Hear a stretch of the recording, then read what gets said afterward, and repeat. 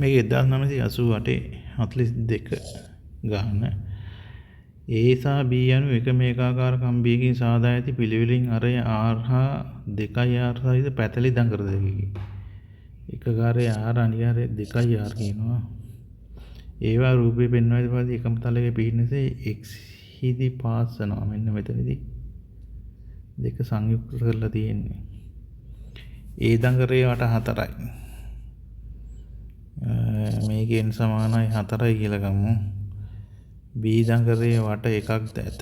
එතකොට මේ y වලින් එල්ලපුවාම OA O1 O2 රේඛාව සිරසම සාධන කෝණය අහන්නේ. අපි ඉස්සල්ලා ඔගේ මේ සංයුක්තයේ ගුරුත්ව කේන්ද්‍රය තියෙන තැන හොයාගමු.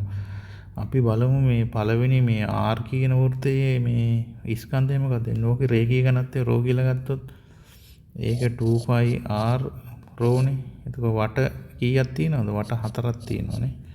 මේකේ වෙන්නේ මොකද්ද? මේකේ වට 1යි 2π 2යි r රනේ. එතකොට මේකේ 8යි πr රනේ.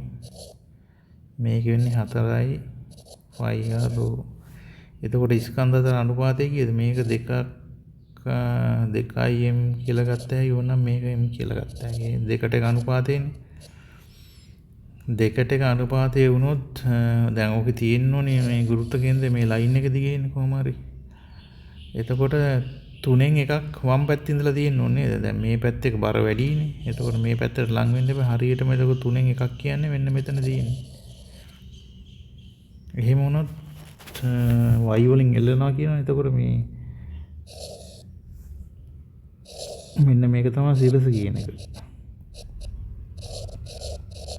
ඕක සිරස වුණොත් මෙන්න මේ සිරස මේ O1 O2ත් එක්කලා හදන කෝණය මෙන්න මේක ඇල්ෆා වෙනවා. එතකොට ඕක ඇල්ෆා කියන්නේ මේක ඉතින් මේක 90යි මේ වරයන් දෙකන්නේ. එතකොට මේ කෝණ දෙක සමානයි. එතකොට ඇල්ෆා කියන එක 45 වෙන්නේ.